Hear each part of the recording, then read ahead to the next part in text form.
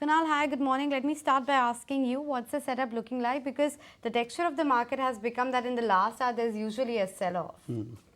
So yeah, I think it starts off with the markets opening with a mild gap up, then it starts with sell-off across the index as well as few large cap names and a few key sectors, and then it tends to be more of a very subdued session except for the last half an hour, 45 minutes, where there is second round of selling for the indices. But I think this time around we'll start off with a gap down itself of 100 odd points for the index.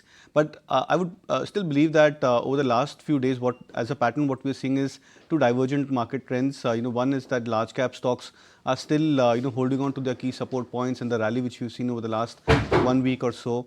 And on the other hand, you're seeing mid caps and small caps. That's where the money is getting trimmed into profits are being booked for many of the stocks. And in fact, you've seen many of the stocks which were trading at 52-week highs and had come back to their previous breakout points.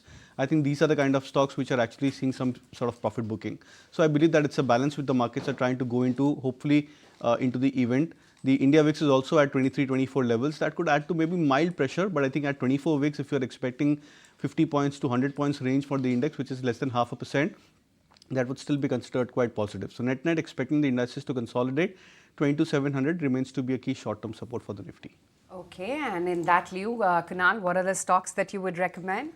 So I'll go with two buy calls. Exide Industries is the first stock which I would suggest as a buy. The stock over the last couple of days has managed to pick up its pace from 480 levels to 500 plus where it closed yesterday.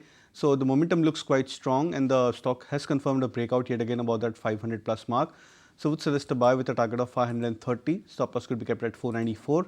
And Asian Paints is also something which has started to look very attractive. The stock had shown a very mild breakout about 2880, 2890 mark on the spot levels, which was the previous swing high.